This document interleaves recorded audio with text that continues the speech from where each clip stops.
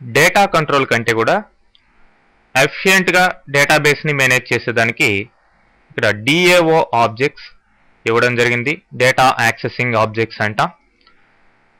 మరి వీటి ద్వారా ఈజీగా మనం డేటాబేస్ని వాటిల్లో ఉండే డేటాని మేనేజ్ చేసేదానికి అవకాశం ఉంటుంది. మరి డిఏఓ ఆబ్జెక్ట్స్ రకరకాలుగా ఉన్నాయి. ఫర్ ఎగ్జాంపుల్ ఇక్కడ డేటాబేస్, టేబుల్ డెఫ్, రికార్డ్ సెట్, క్వరీ డెఫ్, ఫీల్డ్స్ ఇట్లాంటి అరౌండ్ 16 ఆబ్జెక్ట్స్ దాకా ఉంటాయి. మరి ఈ ఆబ్జెక్ట్స్ అన్నిటిని యూజ్ చేసుకొని మనం డేటాబేస్ని మెయింటైన్ చేయడం కుదురుతుంది. అంటే డేటాబేస్ ట్రాన్సాక్షన్స్ని, ఆ డేటాబేస్లో ఉండే రకరకాల టేబుల్స్ని కానీ క్వరీస్ని కానీ ఎలా మ్యానిపులేట్ చేయాలనేది కూడా ఇక్కడ చేయొచ్చు. మరి దానికి ఎగ్జాంపుల్ మనం చూసినట్లయితే బేసికల్గా ఇక్కడ మనం వాడబోయే ఆబ్జెక్ట్స్ ఏంటంటే database object, record set object. ఈ 2 ఆబ్జెక్టులని మన ఎగ్జాంపుల్లో వాడబోతున్నాం. మరి ఒక విజువల్ బేసిక్ అప్లికేషన్ తీసుకొని ఫస్ట్ విజువల్ డేటా మేనేజర్లోకి వెళ్ళి ఈ school.mdb అనే ఒక ఫైల్ని క్రియేట్ చేయండి. దాంట్లో స్టూడెంట్ అనే టేబుల్ని ఈ ఫీల్డ్స్ యూజ్ చేసుకొని SNO, integer, SNAME, course, text fields, M1, M2, M3 ఇవన్నీ కూడా ఇక్కడ దాకా ఇంటిజర్ ఫీల్డ్స్గా తీసుకోండి. తర్వాత రిజల్ట్ టెక్స్ట్ ఫీల్డ్గా తీసుకోండి. తర్వాత labels, text boxes, command buttons తీసుకొని వాటికి ప్రాపర్టీస్ ఈ విధంగా సెట్ చేయండి. వాటి యొక్క నేమ్స్, అవన్నీ నేమ్స్, క్యాప్షన్స్ ఇలా మార్చండి. ఓకే, లేబుల్స్కి ఇలా ఫాము లేబుల్స్కి, తర్వాత టెక్స్ట్ బాక్సెస్కి, కమాండ్ బటన్స్కి ఇట్లా ప్రాపర్టీస్ చేంజ్ చేయండి. ఫైనల్గా ఏదైనా లుక్ వస్తుంది. తర్వాత జనరల్ డిక్లరేషన్లో, యాడ్ బటన్లో, క్లియర్ బటన్లో, డిస్ప్లే బటన్లో, క్విట్ బటన్లో, రిమూవ్ బటన్లో, సేవ్ బటన్లో, ఫామ్ లోడ్ ఈవెంట్లో, M3 టెక్స్ట్ M3 అంటే మార్క్స్ 3 లాస్ట్ ఫోకస్ ఈవెంట్లో ఈ విధమైన కోడ్స్ రాస్తే మీకు అప్లికేషన్ ఈ విధంగా తయారవుతుంది. సో ఫస్ట్ మీరు చేయాల్సింది ఏంటి, విజువల్ డేటా మేనేజర్లో ఈ యొక్క school.mdb ఫైల్ని ఈ విధంగా క్రియేట్ చేసుకొని దాంట్లో వీలైతే కొంత డేటాని కూడా యాడ్ చేసి పెట్టుకోండి. Just like this. ఇక్కడ డేటా ఏమీ ప్రస్తుతానికి యాడ్ చేయలేదు, మనం ప్రోగ్రామ్ ద్వారా యాడ్ చేద్దాం. ఇంతకు ముందర ప్రోగ్రామ్స్లో డేటా ట్రాన్సాక్షన్స్ ఏం చేయలేదు, డిస్ప్లే మాత్రమే చేసి చూసాం. మరి డేటా కంట్రోల్ ద్వారా కూడా యాడింగ్ అవన్నీ చేయొచ్చు, కానీ ఇక్కడ మనం డిఏఓ ఆబ్జెక్ట్స్ ద్వారా చేయబోతున్నాం. సో ఇక్కడ డేటా కంట్రోల్ ఏమీ అవసరం లేదు. ఫస్ట్ ఈ విధమైన లేఅవుట్ మీరు క్రియేట్ చేసుకున్నట్లయితే ఇవి బటన్స్, తర్వాత ఇవి టెక్స్ట్ బాక్సెస్, ఇవన్నీ లేబుల్స్ క్రియేట్ చేసుకున్న తర్వాత ఫస్ట్ జనరల్ డిక్లరేషన్లోకి వెళ్ళండి. జనరల్ డిక్లరేషన్లో డిఏఓ ఆబ్జెక్ట్స్లో ఉండే డేటాబేస్ ఆబ్జెక్ట్కి ఒక వేరియబుల్ తీసుకోండి. DB అనే వేరియబుల్ తీసుకున్నాం. అట్లానే రికార్డ్ సెట్ ఆబ్జెక్ట్కి ఒక వేరియబుల్ తీసుకోండి.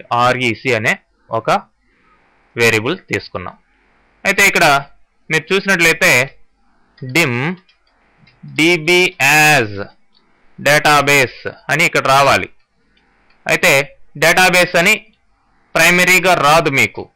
మీరు డేటా కంట్రోల్ యూజ్ చేస్తుంటే ఇంతకు ముందర ఆటోమేటిక్గా ఆ యొక్క డేటాబేస్ డిఓ ఆబ్జెక్ట్స్ కూడా మీ లిస్ట్లోకి వచ్చేస్తుంటాయి. అట్లా రాని సందర్భంలో డేటాబేస్ అని, రికార్డ్ సెట్ అని రాని సందర్భంలో మీరు ఏం చేస్తారంటే ప్రాజెక్ట్లోకి వెళ్ళి ఫస్ట్ రెఫరెన్సెస్ తీసుకొని ఇక్కడ మైక్రోసాఫ్ట్ డిఏఓ 3.51 ఆబ్జెక్ట్ లైబ్రరీ అని ఉంటుంది. సో దాన్ని సెలెక్ట్ చేసుకొని ఓకే ప్రెస్ చేయాలి. ఓకే ప్రెస్ చేస్తే మీకు ఈ యొక్క డేటాబేసు, రికార్డ్ సెట్, ఈ ఆబ్జెక్ట్స్ అన్ని కూడా లిస్ట్లోకి యాజ్ అని ప్రెస్ చేయగానే లిస్ట్లోకి ఇలా వస్తాయి. ఓకే, తర్వాతనే మీ ప్రోగ్రామ్ని, రిమైనింగ్ ప్రోగ్రామ్ని కంటిన్యూ చేయాలి. సో వన్స్ ఈ వేరియబుల్స్ తీసుకున్న తర్వాత ఇంటిజర్ వేరియబుల్ NO అనేది కూడా తీసుకోండి. తర్వాత మనం రాయాల్సిన కోడ్ జనరల్ డిక్లరేషన్ అయిన తర్వాత ఫామ్ లోడ్లో రాయాలి. ఫామ్ లోడ్లో సెట్ స్టేట్మెంట్ ద్వారా సెట్ డిబి ఈక్వల్ టు ఈ డిబి ఆబ్జెక్ట్, డిబి అనేది డేటాబేస్ కదండి, మరి ఏ డేటాబేస్ ని ఓపెన్ చేయాలి అనేది ఇక్కడ ఓపెన్ డేటాబేస్ అనే మీకు ఓపెన్ డేటాబేస్ మెథడ్ ద్వారా మీరు ఇక్కడ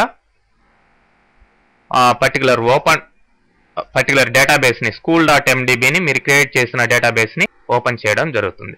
అయితే అప్లికేషన్ పాత్ అని ఇచ్చాం, అంటే మీ యొక్క అప్లికేషన్ ఎక్కడైతే సేవ్ అయ్యిందో అక్కడే ఈ school.mdb కూడా సేవ్ చేసి ఉంటారు కాబట్టి ఆ పాత్ ని ఇచ్చి ఇక్కడ అంటే డైరెక్టరీ లొకేషన్ కి అన్నమాట ఇది. సో ఆ డేటాబేస్ ని ఓపెన్ చేసి డీబీలో పెట్టుకుంటుంది. మరి ఆ డేటాబేస్ కింద రికార్డ్ సెట్స్ ఉంటాయి కాబట్టి సెట్ ఆర్ఈసి, రికార్డ్ సెట్ కి వేరియబుల్ కాబట్టి ఆర్ఈసి ఈక్వల్ టు దీనికి పర్టికులర్ ఆ డేటాబేస్ లో చాలా ఉండొచ్చు. అంటే ఎండిబి school.mdbలో నేను స్టూడెంట్ అనే ఒకదాన్ని క్రియేట్ చేయమని మీరు కావాల్సినన్ని క్రియేట్ చేసుకుంటారు కాబట్టి జనరల్ గా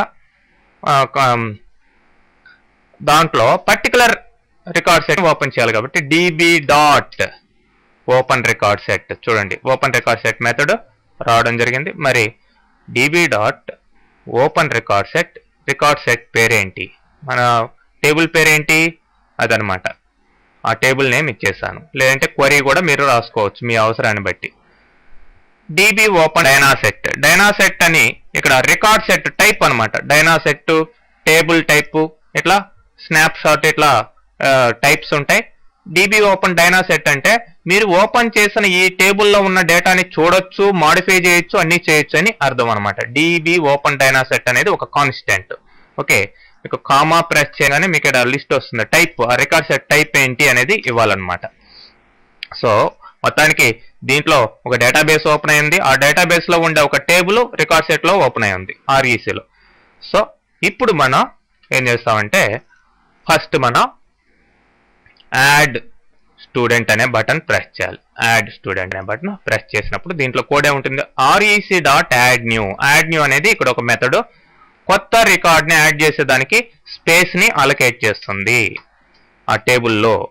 సో సిఎండి క్లియర్ _ క్లిక్ అంటే క్లియర్ బటన్ ని క్లిక్ చేస్తే ఏమొస్తుందో అదనమాట. క్లియర్ బటన్ రాస్తున్నాం కోడ్, క్లియర్ బటన్ లో టెక్స్ట్ బాక్స్ లో ఉండేంత క్లియర్ అవుతుంది. సో ఫస్ట్ ఏమో యాడ్ స్టూడెంట్ అనగానే యాడ్ న్యూ ద్వారా ఒక రికార్డ్ కి స్పేస్ అలొకేట్ అవుతుంది, స్పేస్ వస్తుంది.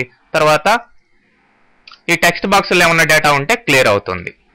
ఓకే, తర్వాత మీరు డేటా ఎంట్రీ చేస్తారు. వీటిల్లో డేటా ఎంట్రీ చేసిన తర్వాత మీరు సేవ్ చేయాలి ఈ టెక్స్ట్ బాక్సుల్లో ఉండే డేటాని. సో సేవ్ బటన్లో ఏముంది, ఈ టెక్స్ట్ బాక్సుల్లో ఉండే డేటాని ఆయా కరస్పాండింగ్ ఫీల్డ్స్ కి, ఆర్ఈసీ ఆఫ్ 0 అంటే SNO అని అనమాట. ఆ రికార్డ్ సెట్ లో చాలా ఫీల్డ్స్ ఉన్నాయి, ఇప్పుడు 9 ఫీల్డ్స్ ఉన్నాయి దాంట్లో. ఆర్ఈసీ ఆఫ్ 0 అంటే SNO, ఆర్ఈసీ ఆఫ్ 1 అంటే నేమ్. మరి ఈ టెక్స్ట్ బాక్సుల్లో ఉన్న ఈ డేటాని ఇంటిజర్ అయితే ఇంటిజర్ లోకి కన్వర్ట్ చేసి, లేదంటే టెక్స్ట్ అయితే డైరెక్ట్ గా ఇట్లా అసైన్ చేయడం జరిగింది. TST, SNO, TST, SNAME ఇవన్నీ కూడా టెక్స్ట్ బాక్సుల యొక్క పేర్లు. సో వీటిల్లో మనం ఎంటర్ చేసిన డేటాని ఈ రికార్డ్ సెట్ ఆబ్జెక్ట్ కి ఆ యొక్క ఫీల్డ్స్ కి కరస్పాండింగ్ ఫీల్డ్స్ కి అసైన్ చేసి REC.update అనే మెథడ్ ని కాల్ చేస్తాం. అప్డేట్ అన్నప్పుడు మనం యాడ్ న్యూ ద్వారా ఇచ్చిన స్పేస్ లోకి ఈ డేటా వెళ్ళి సేవ్ అవుతుంది అనమాట. ఓకే, వన్స్ సేవ్ అయిన తర్వాత మనం చూసుకోవాలనుకోండి అక్కడ ఉన్న డేటాని, డిస్ప్లే స్టూడెంట్ అనే బటన్ ని ప్రెస్ చేస్తాం. So NO equal to input box ద్వారా enter the student number to display అంటున్నాం. ఆ పర్టికులర్ స్టూడెంట్ నెంబర్ ని NO లోకి మనం ఎంటర్ చేస్తాం. సో REC.find ఫస్ట్ ఇది క్రైటీరియా, కండిషన్ అనమాట. దాంట్లో చాలా స్టూడెంట్ నెంబర్స్ ఉండొచ్చు, మనకు కావాల్సిన స్టూడెంట్ ఏంటి, మనం అడిగిన స్టూడెంట్ నెంబర్ కాబట్టి ఫైండ్ ఫస్ట్ ఇక్కడ కండిషన్ పెట్టండి. SNO ఈక్వల్ టు మనం అడిగిన నంబర్. సో మరి ఇది ఫైండ్ చేస్తుంది. ఇఫ్ REC.no మ్యాచ్, మనం అడిగిన ఈ కండిషన్ ప్రకారం ఆ నంబర్ లేనట్లయితే స్టూడెంట్ నాట్ ఫౌండ్ అని మెసేజ్ వస్తుంది. లేదంటే ఆ స్టూడెంట్ రికార్డ్ మొత్తం RECలోకి వచ్చి ఉంటుంది కాబట్టి ఆ ఒక్కొక్క ఫీల్డ్ లో ఉన్న డేటాని ఇక్కడ టెక్స్ట్ బాక్సుల్లోకి అసైన్ చేయడం జరుగుతుంది. ఓకే, అసైన్ చేసినప్పుడు మనకి ఆ డేటా డిస్ప్లే అవుతుంది అనమాట. తర్వాత రిమూవ్ చేయాలనుకోండి, రిమూవ్ స్టూడెంట్. సో ఇక్కడ కూడా enter the student number to remove అని అడుగుతాం. ఇక్కడ కూడా ఫైండ్ ఫస్ట్ ద్వారా మనం చెక్ చేయడం జరుగుతుంది. ఇఫ్ REC.no మ్యాచ్, ఆ రికార్డ్ కనబడినట్లయితే నాట్ ఫౌండ్ అని వస్తుంది. ఎల్స్ rec.delete ఆ రికార్డు పర్టికులర్ రికార్డు మ్యాచ్ అయిన రికార్డు ఏదో డిలీట్ అయిపోతుంది. ఓకే, ఇక వీడియో చూసినట్లయితే జస్ట్ ఓపీ అనే ఒక వేరియబుల్ తీసుకొని మెసేజ్ బాక్స్ ద్వారా do you want to quit అనే మెసేజ్ ఇచ్చి VBS నో అనే బటన్స్ అక్కడ డిస్ప్లే చేస్తాం. క్వశ్చన్ మార్క్ సింబల్ కూడా వస్తుంది. దీనికి క్విట్ అనే టైటిల్ వస్తుంది. మనం ప్రెస్ చేసిన బటన్ ఎస్లో నోలో ఎస్ అయితే VBS అనేది ఒక కాన్స్టెంట్. ఆ VBS అనేది దీంట్లో స్టోర్ అయి ఉంటుంది ఇంటిజర్ కాన్స్టెంట్ గా. ఎస్ అయితే ఎండ్, నో అయితే అట్లనే కంటిన్యూ అవుతుంది. చూడండి ఈ ప్రోగ్రామ్ ఎలా రన్ అవుతుందో. సో ఫస్ట్ మనం ఏం చేయాలి, యాడ్ స్టూడెంట్ అనే దాన్ని ప్రెస్ చేస్తే ఇప్పుడు డేటాని ఎంటర్ చేయండి. Name, course, marks 1, marks 2, marks 3. అయితే ఇక్కడ మార్క్స్ 3లో మనకి ఇంకా కోడ్ ఉంది, అది ఇంకా ఎక్స్ప్లెయిన్ చేసుకోలేదు. సో మార్క్స్ 3లో మనం డేటా ఎంటర్ చేసి బయటికి రాగానే చూడండి టోటల్ యావరేజ్ రిజల్ట్ వచ్చేసింది. ఓకే, ఆటోమేటిక్గా ఇక్కడ దీని లాస్ట్ ఫోకస్ ఈవెంట్లో ఆ కోడ్ ఉంది, అది తర్వాత ఎక్స్ప్లెయిన్ చేసుకుందాం. సో ఇప్పుడు ఏమంటాం, యాడ్ ప్రెస్ చేసాం, తర్వాత ఇప్పుడు ఏం డేటా ఎంటర్ చేసాం కాబట్టి సేవ్ ప్రెస్ చేస్తే ఇప్పుడు సేవ్ అయిపోయి ఉంటుంది. క్లియర్ అనండి. ఇప్పుడు ఆ డేటాని డిస్ప్లే చేయాలనుకోండి, మన ఇచ్చిన స్టూడెంట్ నెంబర్ ఎంత అండి, 100.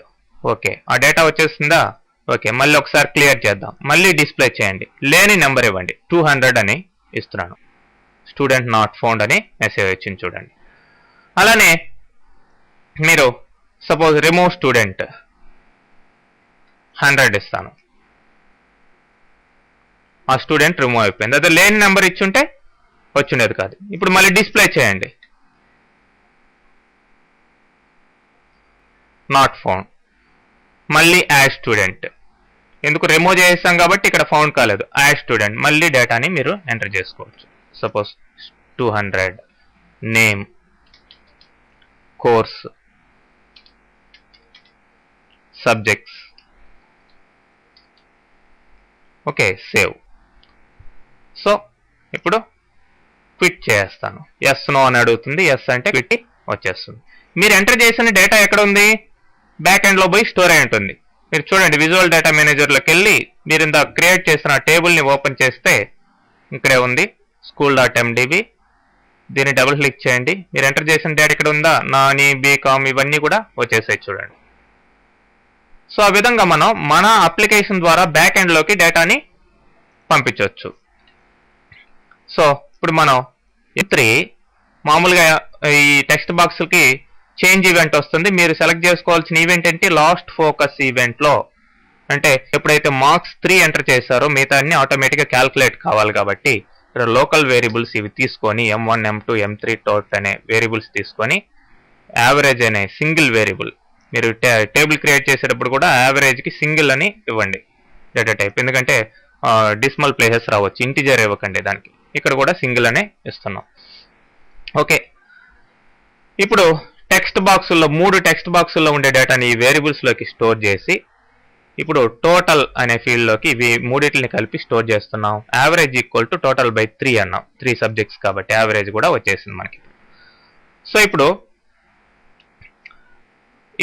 అన్నీ కూడా M1 greater than 35, M2 greater than 35 and M3 greater than 35 అయితే యావరేజ్ అంటే ఈ 3 కూడా 35 కంటే ఎక్కువ ఉంటే అప్పుడు యావరేజ్ని చెక్ చేస్తాం. If average greater than 70 then result equal to distinction RES. అదే యావరేజ్ ఈక్వల్ టు మీకు 60 కంటే ఎక్కువ ఉంటే ఫస్ట్, లేదంటే 50 కంటే ఎక్కువ ఉంటే సెకండ్, లేదంటే థర్డ్. అయితే ఇక్కడ ఎల్స్ అంటే పైన ఇవేమన్నా 35 కంటే ఎక్కువ లేకపోతే రిజల్ట్ ఏమవుతుంది, ఫెయిల్ అయిపోతుంది. సో ఫైనల్గా టోట్ యావరేజ్ రిజల్ట్ని ఈ లాస్ట్ టెక్స్ట్ బాక్సుల్లోకి అసైన్ చేసేయండి. అంటే M3 మీరు M3లో నుంచి బయటికి రాగానే, M3 టెక్స్ట్ ఫీల్డ్లో నుంచి బయటికి రాగానే ఇవంతా క్యాల్కులేట్ అయ్యి ఈ యొక్క టోటల్ యావరేజ్ రిజల్ట్లో ఈ టెక్స్ట్ బాక్సులకి అసైన్ కావడం జరుగుతుంది. అది ఆటోమేటిక్గా జరిగిపోతుంది. ఓకే, ఈ విధంగా ఈ DO ఆబ్జెక్ట్స్ ద్వారా ఈ ప్రోగ్రామ్ చేయడం జరిగింది.